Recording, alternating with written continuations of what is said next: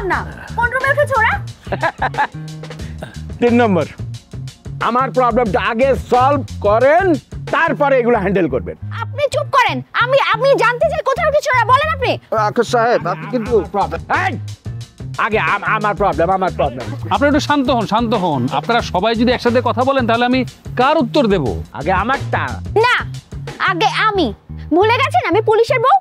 বেশি কথা বললে না সব কটাকে একেবারে লকআপে ভরে দেব। ওরে আল্লাহ,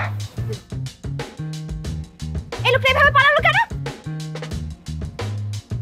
আই দাঁড়ান বলছে, দাঁড়ান, আই দাঁড়ান। এই যে আকাশ সাহেব, প্রবলেমটা সলভ করেন। আমি একটা হ্যাসেলের মধ্যে আছি, আপনি জানেন না আমি হাই প্রেশারের রোগী, আমার বিপি হাই হয়ে যাচ্ছে, আমার ডায়াবেটিস সুগার ফল করে গেলে কিন্তু একটা অ্যাক্সিডেন্ট ঘটে যাবে। যান গেট লস্ট।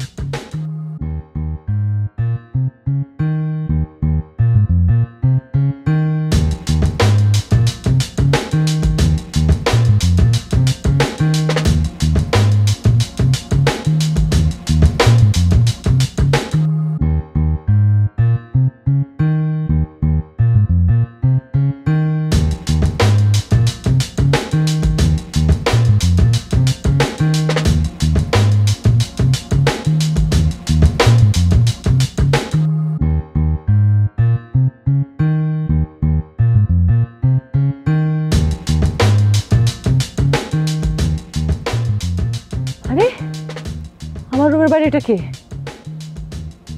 চোর মনে হয়। চোর চোর চোর আমার ঘরে বসে চুরি করতেছে। আমার দেখে না, চোর আমার রুম থেকে কিনে চুরি করছে।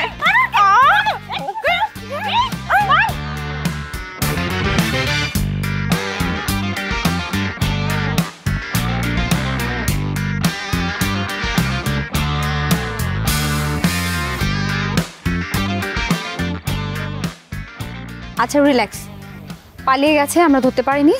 আমাদের এখন এটা ওই ম্যানেজারকে ইনফর্ম করতে হবে। হ্যাঁ চলো। হ্যাঁ অবশ্যই, এবার চোর থাকবে।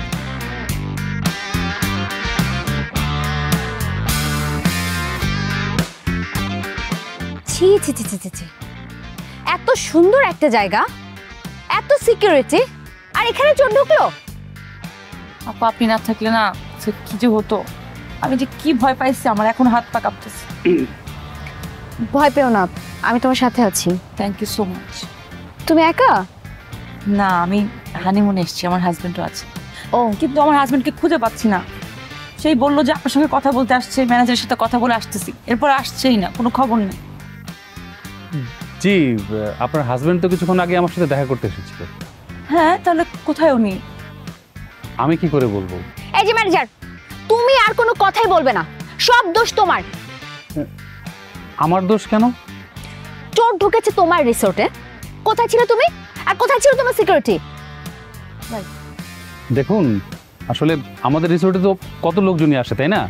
এখন কারোর মুখে তো লেখা থাকে না কে ভালো আর কে মন্দ। মানে আমরা কি করে বুঝবো যে কে চোর আর কে ভালো মানুষ? তা অবশ্যই ঠিক।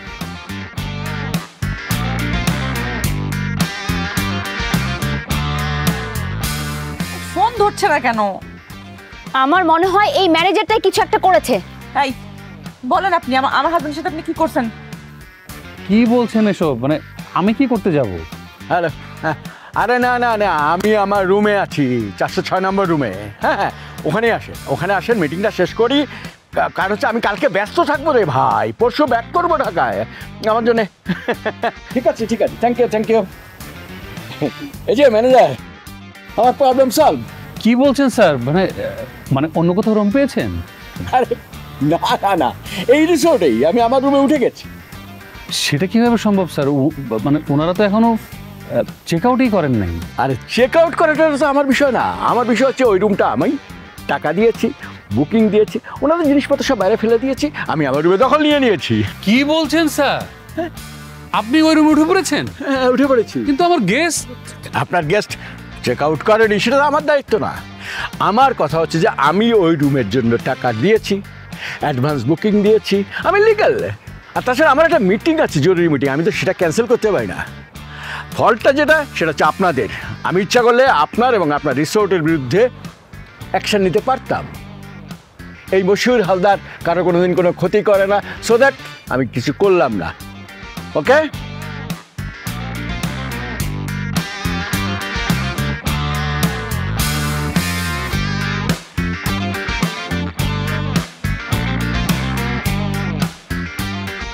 এই ম্যানেজার, উনি কি বলে গেল? কাদেরকে রুম থেকে বের করে দিয়েছে? ইয়ে মানে ম্যাডামদের। কি? জি।